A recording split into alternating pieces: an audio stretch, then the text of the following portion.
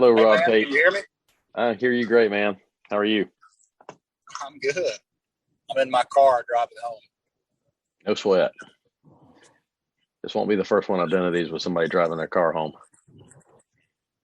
There you go.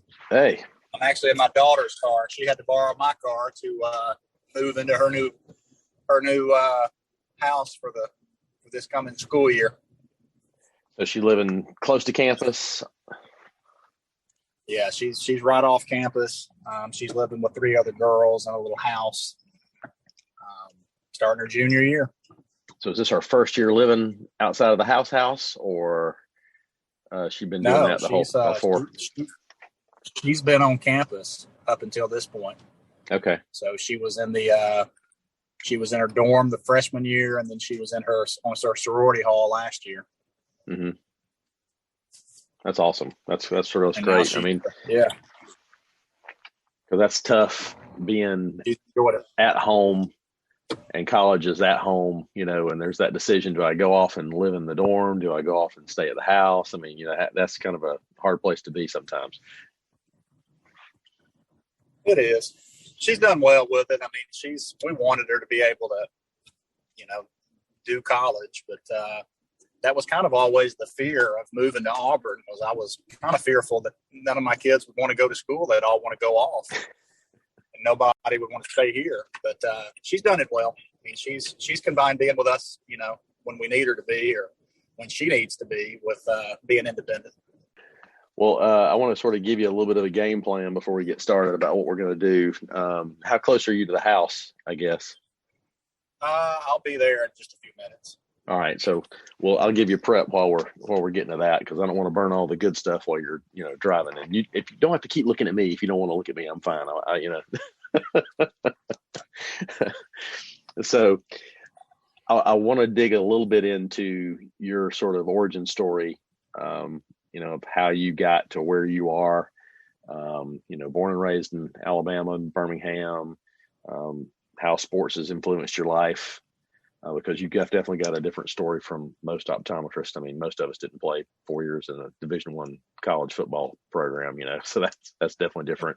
But the other thing is really kind of different for you is you got to go through the transition from one leadership group to another leadership group. So I really want to talk about that. I think that's fascinating, because not a lot of people go through a wholesale change of an organization that's that big and has a complete leadership change, especially in the midst of turmoil, I guess you'd say, that causes that to happen. So I think that's a neat lesson to talk about. And then I got a couple of special little nuggets we'll throw in here and there. Have some fun with that. But all right. So is this what is this? How often do you do your podcasts? I'm doing it kind of sporadically. I don't know if you know Chris Wolf, or that name rings a bell. He's spoken at Seco a couple times. Chris started this podcast, I guess, about 2.5 years ago, and maybe it was 3 years ago now. And I had always, thought, well, I want to do a podcast one day. Because I listen to tons of them. Yeah. And then all of a sudden he came out with one, and I thought, shoot, well, Chris has done one, now I don't want to step on his toes. I mean, that was complete scarcity mentality, not abundance mentality. But I said, I don't want to step on his toes. And then my dear friend and idol, Mike Rothschild, a great American, ends up getting interviewed on Chris's podcast. So I just called him. I said, hey, Chris, I really admire what you're doing. I think it's fantastic. I got to say, I was kind of jealous when you came up with this because I thought I was going to do it one day, and then you did it. And he goes, well, you should do one anyway. And I said, yeah, I kind of thought. He said, well, actually what you should do is, why don't you just do something with mine, and that'll give me a break from time to time, and we can have some different voices on here, and I think you'll have a different reach than I do. And I said, well, okay, we'll try that.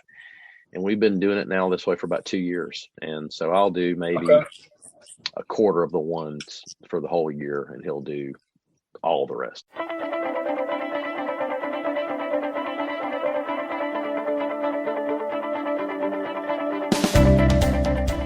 Welcome to the Vision of Leadership podcast. I'm your host, Ted McElroy. This podcast is dedicated to helping you find your wins, have a better quality of life, and become the best leader you can be.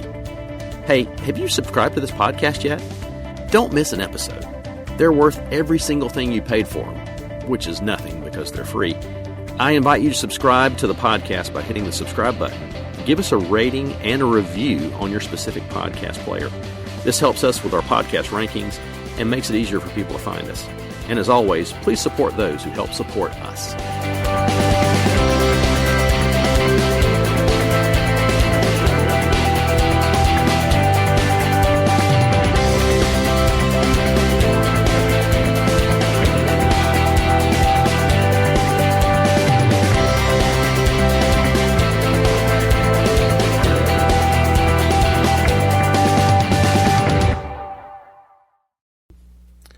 On episode 102 of this podcast, Chris interviewed Justin Kwan, Michelle Andrews, and Richard Ruth.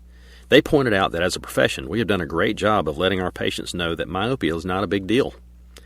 If you can see 20/20, there is no worry. It is the high myopes that are more danger. And as they said, that message is tragic. Any myopia has a higher risk of maculopathy, glaucoma, and earlier cataract development. In the MiSight one-day clinical trials, only 4% of study participants who got ProClear one-days stayed stable in their myopia progression over the 3-year period. That means you can confidently say, parent, by not going to a system geared to slow the myopia progression, there is a 96% chance your child's vision will get worse. This may take away some of the choice your child has in the future as to how they will correct their vision. Choice, not fear of the disease associations with myopia, is what best resonates with parents when it comes to myopia control for their children. And with CooperVision's MiSight One Day, we now have an FDA-approved single-use contact lens to lessen the progression of myopia in our patients. Contact your CooperVision representative to find out more about MiSight One Day contact lenses. Welcome to the Vision of Leadership podcast. I'm your host, Ted McElroy, and today I have a wonderful guest with me, Dr. Rob Pate of Birmingham, Alabama, originally, now of Auburn, Alabama. He was born and raised in Birmingham, Alabama, was a 4-year starter for the Auburn Tigers in the football program from 1997 to 2000. He was on a number of all-conference teams, was a 2-time academic All-American, something a whole lot of football players can talk about, 4-time SEC honor roll, and the Pate leadership role. But in optometry, he's also been really involved as well. He was, how many years past are you now from presidency from Alabama's Optometry Association? I'm 3 years removed now. Okay, so you're passed out like me. Yeah, I have. He also was the 2013 Alabama Young Optometrist of the Year, 2014 American Optometric Association Young Optometrist of the Year, and the 2015 Seco Young Optometrist of the South. That's quite a decorated role you got there, Rob. And thank you for being with us today. Well, I am glad to be here with you, Ted. You are a great man, and I'm excited to do this with you. I was telling you, it's been a lot of fun doing these podcasts. I'm amazed at how much I'm learning by doing this. I guess that's the thing I really enjoy about it is I'm coming away from this learning a lot more from our colleagues and friends of mine that are doing stuff from outside of optometry as well. And that's been a lot of fun. But you know, I kind of look at it like this is like $10,000 worth of free consulting is what I basically end up getting. Yeah, there's a lot of great content out there. You're right. Yeah, that's right. So Rob, I know I've talked about some of your awards and such, but I would like for you to tell everybody kind of how you got to where you are today, and through your involvement in sports, how that shaped what you do, how that sort of played a role in your leadership attitudes and things like that. Yeah, I'm Ted. I've been playing sports my entire life, and started playing as a 5-year-old. Basically, the 3 big sports where we grew up were football, basketball, and baseball, and I participated in all of them. And really, I've just always been surrounded by really good people, really good coaches, parents. I had parents that were always there for us and provided the things that we needed. By no means did I come up in a wealthy environment.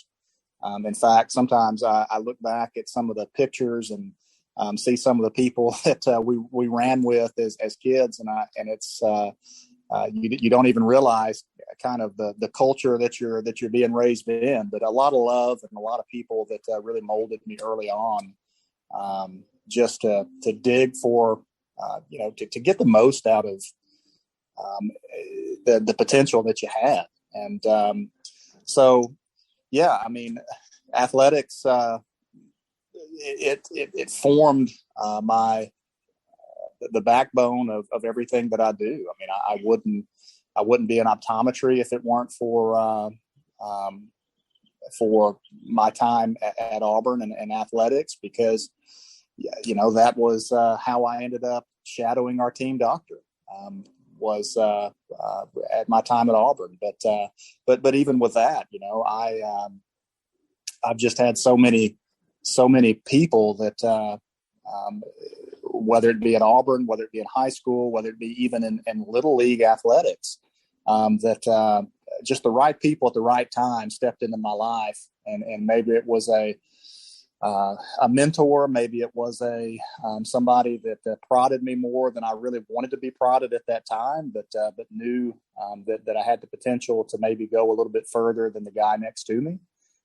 Maybe it was somebody that was a little bit more patient with me than at a moment when I needed it. But whatever it was, I've just been blessed to be around really good people, and that's kind of been the case in my career as well. I mean, I entered a practice with Dr. Lynn Hammonds and Kathy Amos, and so many people know them just when I say their names. But the way that they treated me like a mother, they showed me the ropes, the importance of being active and involved, how to take care of people. I mean, just what it meant to them, all those sorts of things. It's just I've been really blessed in that realm as well. So athletics, though, yeah, you're right. I mean, it's different. Athletics. There's not many people with a like that have played major college football that go on to be optometrists. But the preparation for the things that you encounter on a daily basis, whether it be the difficulties with staff, whether it be the difficulties with the patient that's sitting across from you. I mean, when you participate in sports at that level, you start learning how to deal with adversity and how to overcome things that are extremely difficult. And you see that on a daily basis in the clinic. So when you're looking at the leaders that may have shaped you throughout your life, who are the one or two people who really stand out as that was really a pinnacle point for me by being around that particular leader? The first person that stands out is my little league football coach, and I know people probably shrug their shoulders at that and are like, "Are you serious? I mean, how could that be that impactful for you?" But I think that his name is Tim Cole, and to this day, if he ever were to walk in my door, and we don't live anywhere, he lives in Tennessee. He's been really successful in the cable business. If he were to walk in my door, my heart would skip a beat, for the respect that I have for him because of what he's instilled in me,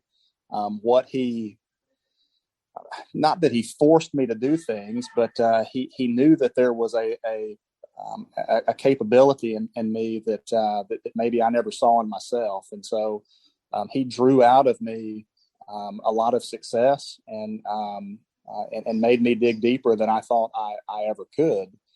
And, I was with him for 5-6 years as a kid that, was at very, just transformative type of time in your life. And so, if I hadn't have had him come along in those years, I don't know that I would have ever been someone that really pushed myself to the extent that he kind of teased out in me. So I think he's probably the first one. The second one would be, there's so many, Ted. I mean, my parents were extremely influential. My high school coaches were extremely influential.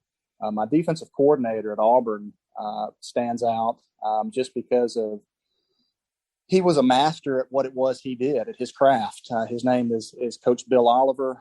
Coach Oliver was the defensive mastermind at Alabama for several years.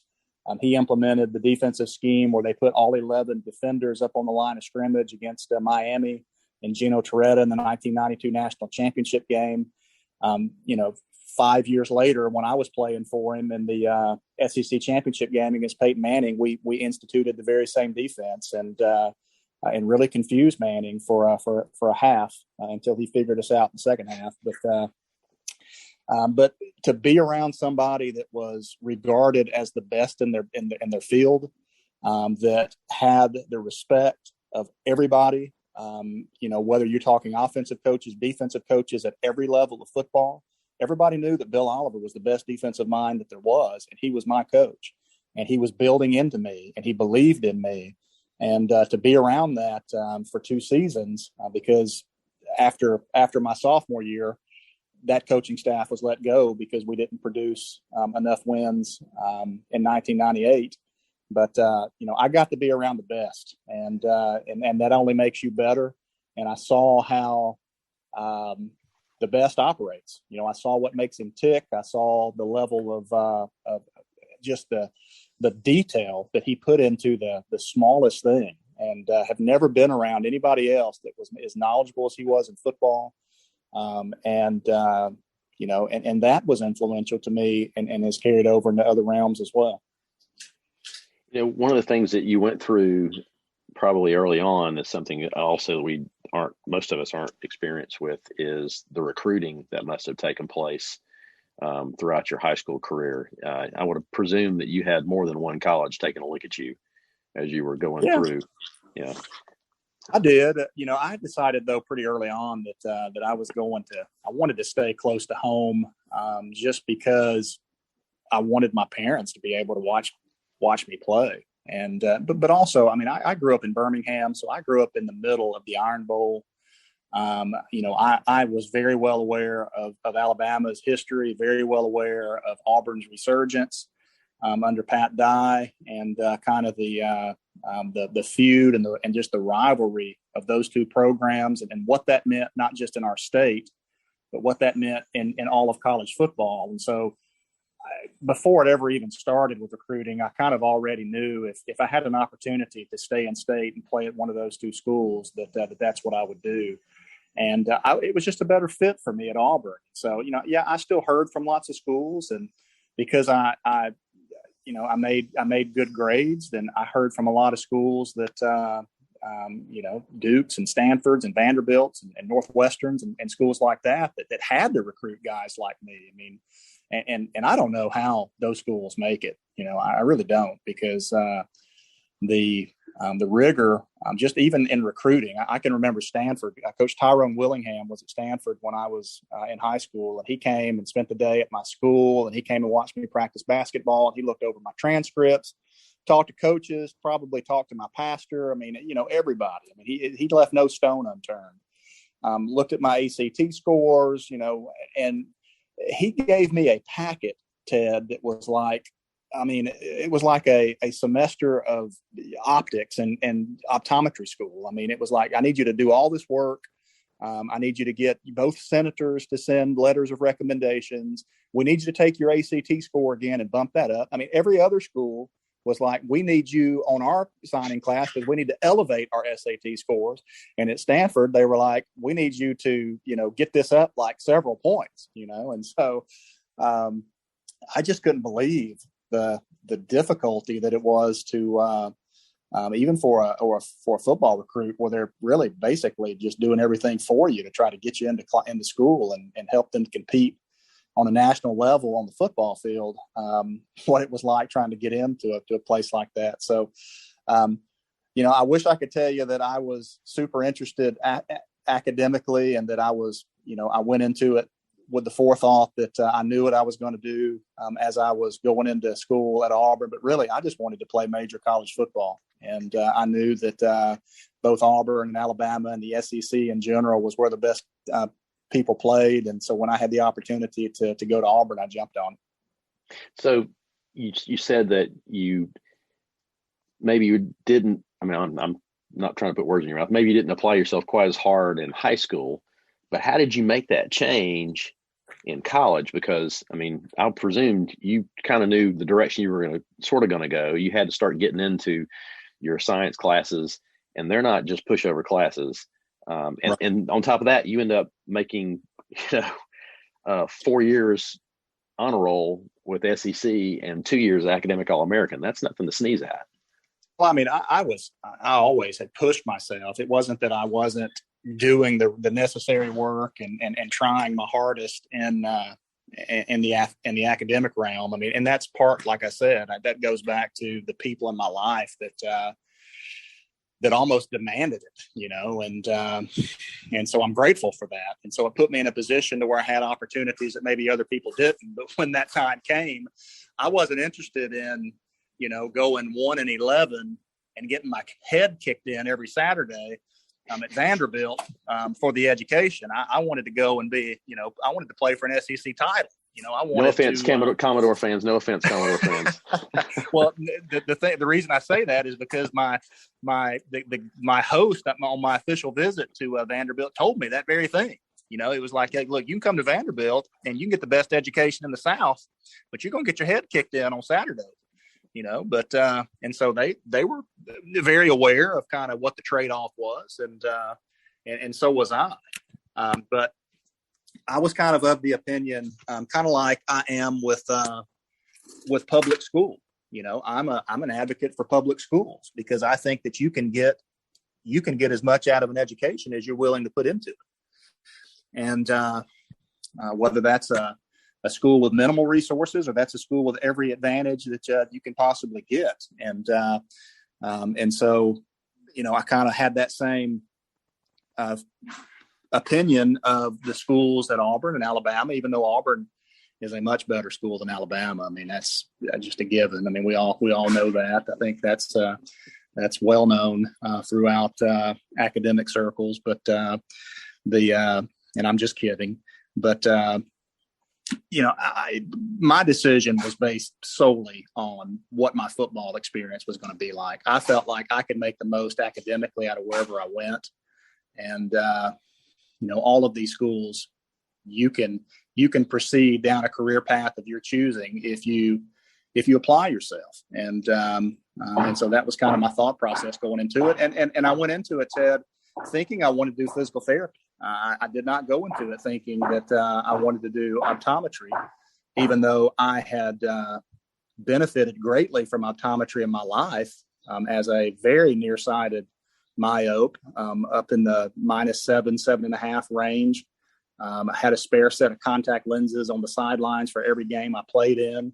Started wearing contact lenses as a 7th grader. Got my first pair of glasses as a 2nd grader. Not very good myopia management on behalf of my local optometrist there in Center Point, Alabama, but still changed my life and made me see the world clearly and left an impression with me that became something that I vividly remembered when physical therapy became a route that I no longer wish to pursue. So, I was lucky enough to be able to spend some time with. We had a team optometrist, basically the local optometrist in Auburn that had the contract to do all of eye care for all the athletes at the university, which now we actually do that now that I'm here in Auburn. So I get to see all the athletes that come through now, which is just neat because it's come full circle. But I got to spend time with that doctor and see what his day was like and just really enjoyed it. And it's been, I haven't looked back since. How has, we all talk about the experiences that we have and how it shapes our career. There's been this huge resurgence all of a sudden in caring about myopia in the last couple of years. How has your experience with myopia change what you are doing now? I mean, are you guys actively pursuing myopia control in your practice? Not like we should. I mean, not to the extent that I think that we're making a dent in, the long-term implications or where people are going to end up. I mean, we do some of the multifocal contacts, but we really leave it up to the almost to the parents that inquire about it, which I'm should be better at. But part of me also looks at the side that so many of our kids that come in, a lot of them are athletes, and I pause to give those kids less crisp vision in their athletic endeavors, so that instead of being a -7 later in life, they're a -5. Right. I mean, it's kind of a double-edged sword for me. It's kind of the old argument about ortho K. It's hard for me to want to fit somebody in ortho K when you're still going to have to insert and remove a contact. You're still going to have to clean contact lenses. You're going to sleep in them now, which is not as healthy as if we just took them out at night. They're really going to be pretty expensive. Plus, as the day progresses, your vision's going to get worse. Why not just put a contact lens in and just see clearly all day, that kind of thing. And so, and I know that there's other thoughts behind that, and I don't begrudge people for that and understand why people do what they do. But that's kind of where we have landed on myopia progression, even though I think that's going to be a big deal as we go forward. And for the non-athletes, I'm a little more ready to pull the trigger and not give it as much second thought. But for the athletes, I'm always more keen on, I want you to see as sharp as you possibly can for your distance activities, because I know how impactful that was for me. Well, I mean, you're looking at it from a quality of life standpoint too. At their moment, that's really what's truly important to them. Right. And you're trying to give them what they need. And that's, I think, where you're going with that. You go through, you get recruited to go to Auburn. You get there under Terry Bowden's program. Terry, for those of you that don't know, is the son of Bobby Bowden, which surprisingly actually kind of has a connection to me. I grew up in a little town called Douglas, Georgia, which is about 45 minutes from here. Bobby was the very first football coach that South Georgia College had. They had such a great program at South Georgia that they had won, I think it was a junior college level of championships. They had won so many championships, they started not being able to get anybody to come play them. So their program died because they were actually too good. Never heard of anything like that in my life, but it really happened. And from there, he went on to the Mountaineers and then on to Florida State. But you get there with Terry Bowden. You sign because that's the coach you go with, and then 2 years into the program, you find out he's leaving. How does that affect you as a player? How does that affect your team? Well,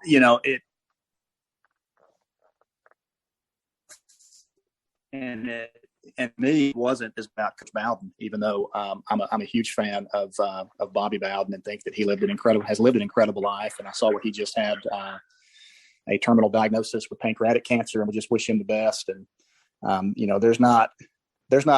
heard him say that he's at peace with dying, and there's not many people that when you hear them say that, you truly believe them when they say it. He's somebody that I would truly believe, because he's been a man of God, and I just think he's lived his life the right way. Not as when Coach Bowden left, it really wasn't about Coach Bowden for me. It was about Coach Oliver, the coach that I told you about that was so influential, that was our defensive coordinator.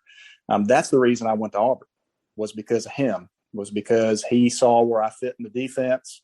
He was my position coach. He was my defensive coordinator. He's the man I spent the most time with. I knew what a success he had been everywhere he'd ever been. And so when he was not retained, that was a piece of me walked out with him. And I never was really the same type of player. Ted. I mean, I was a freshman all SEC defensive back in 1997. I was a second team all SEC defensive back as a sophomore. And then when they left, Coach Tommy Tuberville came in, and we changed from a 3-4 to a 4-3 defense, which means that the position that I played no longer existed within that defense. And so I had to learn not only a new position, I had to get acquainted with a new position coach. Instead of me lining up 10 to 12 yards deep on the snap of the ball, I'm now lined up on the line of scrimmage or just off the line of scrimmage at the snap of the ball. My whole life, everything on defense had been happening in front of me, of course, with my contact lenses in, so that I could actually see what was in front of me. But now everything was happening behind me, and my greatest attribute was just the ability to know kind of what the offense was trying to do, diagnose it, and get in position to make a play. And now I couldn't do that. My greatest asset, my eyes, were taken from me. And so it's tough for everybody. And but we didn't have the same type of luxuries that the guys have now at this level. These guys can transfer now at every turn, every time there's a little bit of adversity to have to contend with. They can pick up and see if the grass is greener somewhere else. We couldn't do that, and I'm thankful for that. It made us work through those difficulties. It made us find solutions to things that we had issues with. It made us learn how to adapt and to compete when things weren't going our way. And you can't teach that stuff. I mean that stuff is we had to learn that the hard way. And I really hate that those kids don't have to contend with those things at this point. It's too easy for them to walk away from things that are difficult to have to deal with. So do you feel that the new coaching staff, did they work more trying to get you guys feeling comfortable, or do you feel like the onus was almost on the team to make the coaching staff feel comfortable? I don't think they cared much about our comfort. I think that they were all about implementing their new philosophy. They were trying to make us physically tougher. They were all about just changing the culture and the identity of what things were like under the previous regime.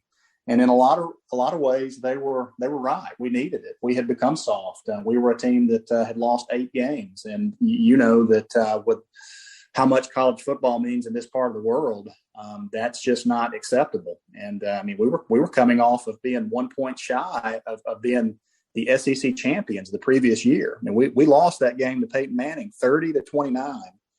And then a year later, those coaches are all fired. And but yeah, we had gotten to a point where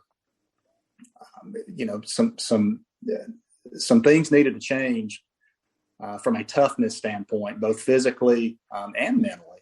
And Coach Tuberville really did a good job of instituting that, both in the weight room, making some demands of guys in the classroom, and honestly, he brought in what is something that has become very popular in not just football, but all throughout college athletics now. Is he was the first person to bring in what he called a spiritual coordinator. So he brought in a former player that was an ordained minister, that was a local pastor here in town, named Chet Williams, that had played linebacker for Coach Pat Dye. And he had an office in the athletic department, and he was basically just a mentor for guys. He was a spiritual father figure that a lot of guys on my team didn't have. And he went over goals with us. He went over, just anything that was bothering guys or any questions guys had. And that's now become a role that almost every major college football team has, but almost every basketball team has, almost every women's program has. He really set a high bar with that and became something that people implemented all throughout the country. And it had a huge impact on us as players. And, you spend so much time together as an athlete at a place like Auburn, but you know so little about those guys, really. I mean, you're on the field with them and you fight with them, and you're in practices with them, but you don't really ever get to see maybe their home life or what their the socioeconomic situation that they came from, or even what they're dealing with in the classroom, those sorts of things. And so for those guys to have somebody to be able to turn to, and I say those guys, myself included, like Chet, a guy that we could, have complete trust in, that he wasn't some kind of conduit to the coaching staff, that if we had serious issues that we needed to reach out with and talk to somebody, that he wasn't going to immediately go to our coaching staff and kind of rat us out, or call our parents, even if it were something that we wanted it to remain confidential. You needed that trusted source when you're 19, 18, 20 years old, and you're trying to make some tough decisions, and you're trying to do it in an environment that is ultra competitive, and they provided that. So I have to give them a lot of credit for that. So this should be an easy one for you to answer from here, considering you've kind of written a book on this, literally, in the way of the athlete. But how do you translate all the things that you learn from sports and into your regular life forward? I mean, how do you translate that kind of thing into your day-to-day life now? I think most of it at this point it just became muscle memory almost. I mean, most of those things are just ingrained, Ted. I mean, it's you do them so many times, they become habitual. It's just a way of life. I mean, you learn discipline, you learn hard work, you learn accountability. You learn that you're only as good as the guy next to you. Those things all spill over into all of our offices. I mean, how many times have we said, I can do the greatest eye exam in the world, but if my receptionist looks at somebody wrong on the way out, or doesn't compliment somebody when they walk in, then they're going to look at our office and give us a bad mark. You're only as good as the least of those, as your weakest link. And so those things have just always kind of been part and parcel of everything that we've done. And that's why a guy like Tim Cole, that Little League football coach, was so important to me early on. It's why I'm such an advocate for kids to play athletics at an early age, even if they're not good, just to be a part of a team sport, just so they can be around somebody that doesn't look like them. Again, that's why I'm a big proponent for public schools, just so you can be in an environment that's going to look like the world that you're going to have to go compete and participate in. We have gotten to the point, you've heard the helicopter parents or the lawnmower parents that want to mow everything down so that they just create an easy path for their children. My parents never gave me that. I'm thankful for it. And I try not to do that for my kids, because, they're only going to benefit from some of the adversity that they're going to face early on and learning how to deal with it. And of course, we want to be there for them. Of course, we want to give them everything that we can to make them successful. But part of that is loving them enough to let them fail, loving them enough to let them, be in environments that they have to figure out on their own in ways that are going to come up later in life.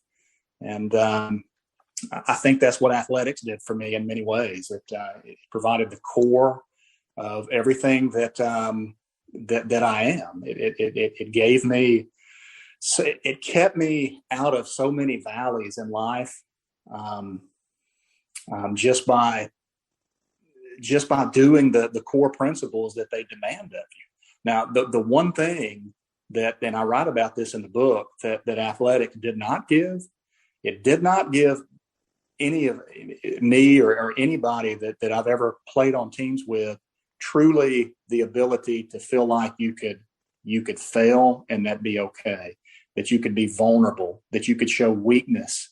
Those were things that I think are missing in sports, that you need a very mature, spiritually mature coach to be able to draw out, or parent to be able to draw out, because kids and adults teenagers, we all need to know that it's okay to not be okay, that it's okay to not be perfect. And in a lot of ways, some of that perfection that athletics taught has helped me get to where I'm at, but it's also created a false view that I can do all things on my own, and that's not true either. And so I think there is a balance there somewhere that sports has to figure out, and it takes a very smart, full of wisdom and discernment coach or parent or even player to get there.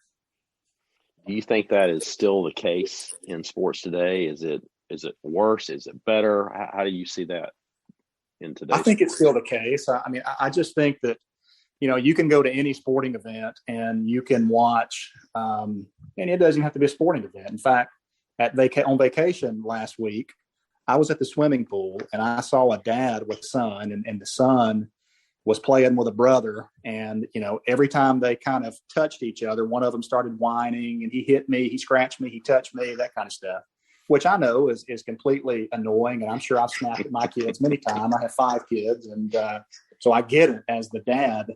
My kids are grown now, so I don't really have to contend with all that. But the first thing the dad said was, son, you can't get all upset and cry every time somebody touches you. You need to grow up. You got to be tough. You got to be a man. That type of discussion. Well, that's the same very type of thing that you would hear in a locker room from a coach, from any well-meaning dad or little league coach. Be tough, be a man. You can do it. Pick yourself up by the bootstraps and make it happen. And as much as I agree with that message that we all need to work hard, I do think we all need help too. And, I also think that we need to feel okay if we give it our best shot. And sometimes you just come up empty-handed. Sometimes somebody just is a little bit better than you. And that's fine. That doesn't mean that you don't give it your best. And that doesn't mean that you're not a man if you also cry sometimes. You're not a man if you're vulnerable with your spouse or with your kids. And so I think that's kind of the missing ingredient. If we could teach the positive aspects of athletics and the drive and the determination, but also overlay that, it's okay to show emotion. It's okay to not be so prideful. It's okay to weep or to mourn or things like that. Those are kind of the things that I think that dad was trying to say you can't do, that I don't think is doing that young man service as he gets older in life. Have you, this is kind of a veer off a little bit, but it's still going to stay on topic. Have you seen any of the episodes of Ted Lasso on Apple Plus TV at all? I have not. Okay. Well, I'm just going to, if you get a chance, you should. It's a great show. It's funny for one thing, but the premise on it is this head coach for the Wichita Shockers football program and out in Wichita, Kansas, gets asked to come coach a UK Premier League football team, soccer as we would call it here in the States. Yeah. And he knows nothing about soccer, literally nothing about soccer. And the whole idea is behind the fact that the owner's wife, or actually the soon to be owner's ex-wife, is going to take it out on her husband because the only thing he really loves is the Greyhounds of this team. And so she's hired this guy to come out that's this cowboy kind of almost dude to come and coach the team and ruin the whole thing. So what she's really wanting. But he's a very vulnerable person, and he starts talking about the vulnerability a lot with the players. And I think you're right. Yeah, but is it more along the lines of we should be teaching these kids and young adults that it's okay to fail but not be a failure? Is that the message that we're trying to teach them? What's the final lesson there, I guess? I think that's part of it. Yeah. I think we all want, we don't want to stop short of trying to go beyond what we think our capabilities are because we're afraid that we're going to let somebody down or that we're not going to be enough or we're not going to be able to perform to that level. So, of course, we don't want to blunt accomplishment because we never step in the arena to begin with because we're afraid to fail. But also, I'm not big on, like this, there's a thing going around in culture right now with just kind of this toxic masculinity with, you can't be a man. We see how men are kind of portrayed as goofy. Dads are always just kind of bumbling, drunks on TV, that kind of thing, that are aloof, that aren't part of their family, that aren't, just solid men. And, I think we miss some of that by the way that culture portrays men, and but also just kind of the way that we don't think that a man that is vulnerable, that is I'll just say it like this. If you're a man or even a woman and you own your optometric practice, do you think that your staff would go out of their way for you, would love coming to work for you, would do anything that they could to help your practice be a success, their practice be a success, if you are more vulnerable with them, if you are more open with them, or if you give them nothing? If you give them no emotion, you give them no validation, you give them no sense of who you are. I think we all recognize the answer to that. Now, I'm not saying we all come in and we just wear our emotions on our sleeves and we just cry every time that somebody speaks. I'm just talking about being a real human being to somebody, loving people like we would want to be loved. Those are the things that I don't know that we've gotten all the way there in sports totally because of the things, or all the way there in society, but something we can all work on nonetheless. I definitely agree with you. I think vulnerability is kind of becoming the meta skill of the 21st century, along with self-awareness and, knowing not only who you are, but whose you are. And that's also extremely important. Mm-hmm. You went through a vulnerable transition a few years ago with your practice. You were on track to really creating something special with some people you really cared about, and that kind of changed. And this is one of those things that if you want to talk about it, let's talk about it. If you don't, that's okay. I'll just block this part out completely.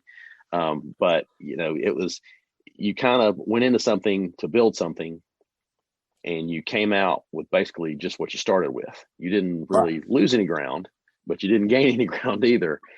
And that was just because of the way the practice was changing. Your practice went from a large multi-owner process into private equity.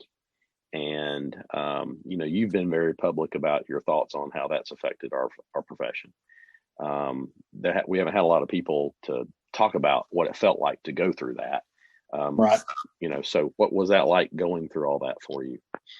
Well, I mean, professionally, it was the toughest thing I've ever done. It's the toughest thing I've ever endured. And, I'm at peace with it because of where I'm at now, and kind of seeing God's hand and just his provision and what all he has provided for us in the aftermath of that. I mean, I truly think that I'm in a better situation than I was prior.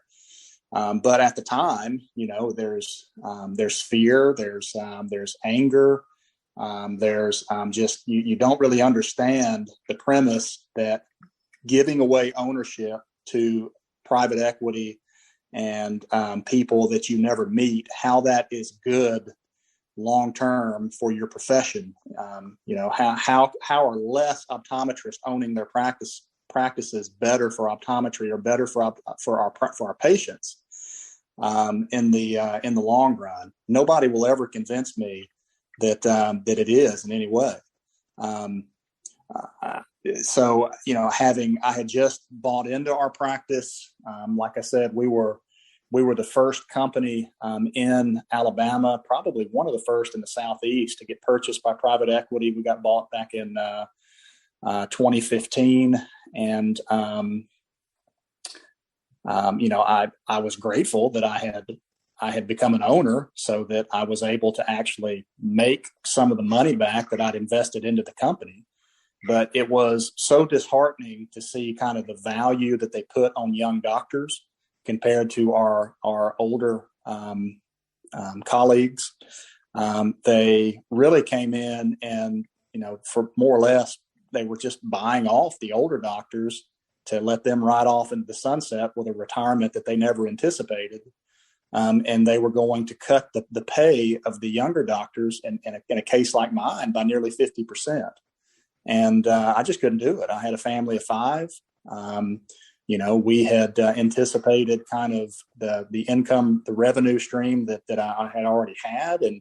And so, I wasn't going to be able to make it. In fact, if I stayed with that company, even after I took their buyout, if I stayed for that company for 3 years, I would have been in the negative from that point on. We had older folks in our group that, they would have had to work for 150 years before they would have been in the negative. I mean, that's the disparity that we're talking about. And so that was the disheartening part about it. But then also just to kind of, to see, just your colleagues kind of sell out the profession. In my view, that's what it was. And look, and I've sat on panels with people that have sold their practices to private equity, and truthfully, having sat there and listened to them, I thought that that's probably the wise decision in their situation. In my situation, it was just very tough because we had so many young doctors that were already a part of this group. We were 18 offices. We were all independently owned and operated under one corporate umbrella. And, it just kind of went away just like that. And so I ended up having to abide by a 25-mile non-compete radius for 4 years that, I work in a state where the non-competes really aren't enforceable.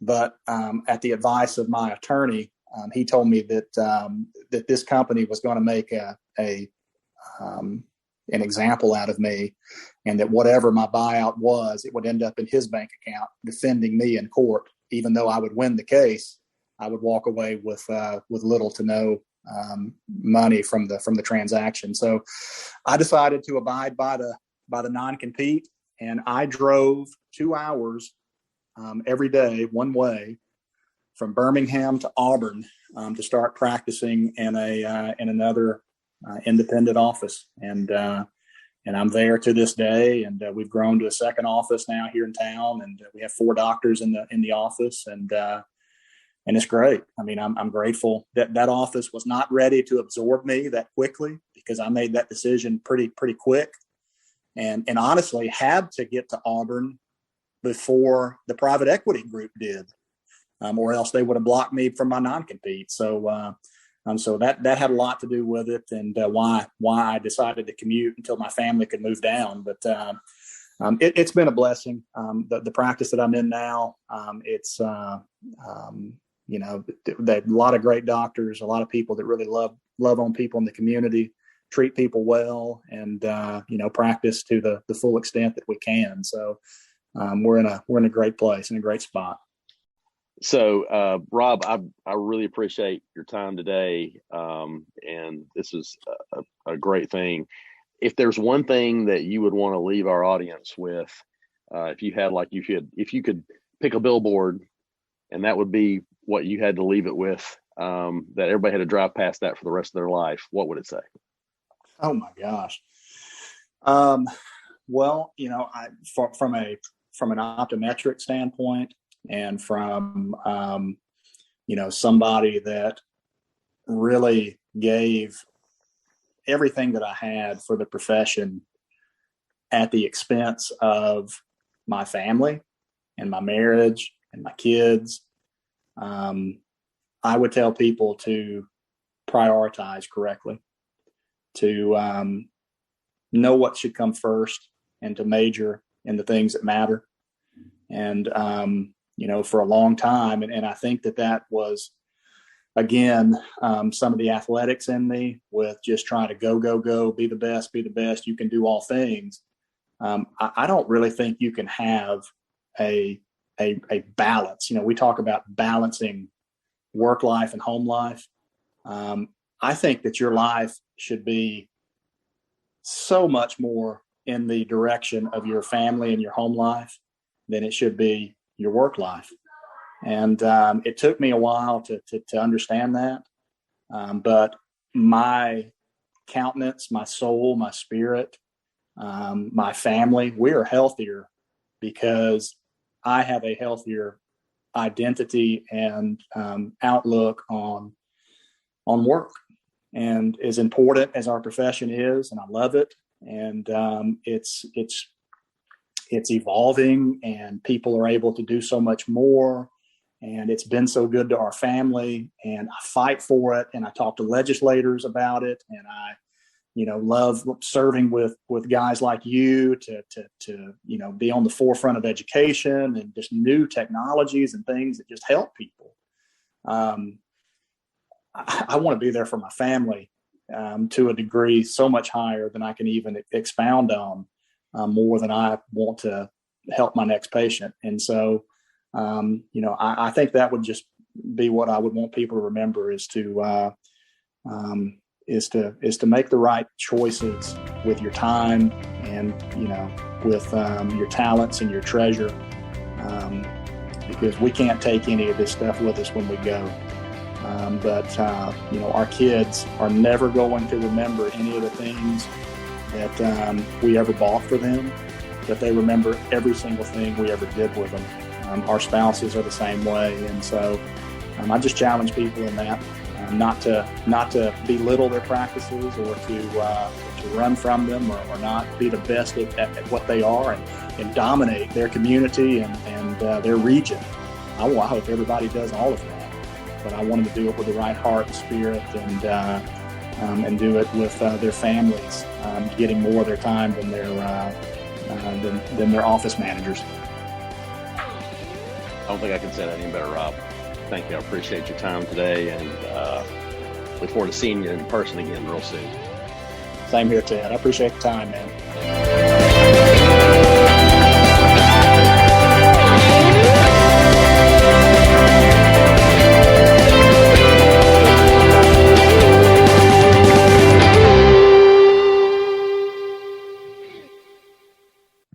Great. I do have one other thing, and people who don't really know the area, I'll get you to explain it. But how many times have you jumped off Chimney Rock at Lake Martin in your lifetime? I've done never it once. Jumped off Chimney I've jumped. Rock. I've jumped off Chicken Rock. I haven't jumped off Chimney Rock. I've only gone halfway up. It's funny because Coach Bowden, Terry Bowden, who was my coach at Auburn, he actually jumped off Chimney Rock and broke his ribs. So I was well aware that can be a dangerous proposition. But we actually bought a house at Lake Martin during COVID, which was totally against kind of my natural way of thinking. I would, I'm the planner, and I'll buy for things. I'll spring for things when I can pay cash for it. And I just having that time together as a family during COVID, when we got shut down here, Ted, we didn't practice at all for a full month and a half. I was seeing patients one day a week for about 2 hours for emergencies, and so I had a ton of time at home with our family, and we spent some time at the lake and loved it so much. And we got to talking at dinner one night, and I made the comment that, I think we'll buy a lake house when you guys all leave. And my second oldest daughter looked at me and she said, "Why would you wait until we leave? Like, we could be making memories right now." And that hit me in a way that I just, they were right. And, what was I waiting on? And why would I wait until I couldn't share it with my family? And so we did. We went and bought a lake house. And I actually live not too far from Chimney Rock. during the summer when we're able to spend a lot of time up there on the lake. But my kids want to jump off of it. I haven't let them. I've never done it, but we do see plenty of people take a stab at it. Yeah, it's for basically Chimney Rock is a 60-foot drop into the water from the top. I've done the Chicken Rock, which is 20 feet, and I don't ever care to figure out what that other 40 is like. That was enough for me. I apparently I went in a little too straight. I went straight to the bottom with my feet and caught the rocks on the bottom. Not real bad, but I was able to push my arms in kind of and do a sweep that didn't get me too hard on there. But it was an interesting expression of oh my gosh, I can't believe that happened just now. But it's a really neat thing. And a lot of the co-eds will go out there and paint the rock and all sorts of different stuff on it. It's really a neat structure for the lake.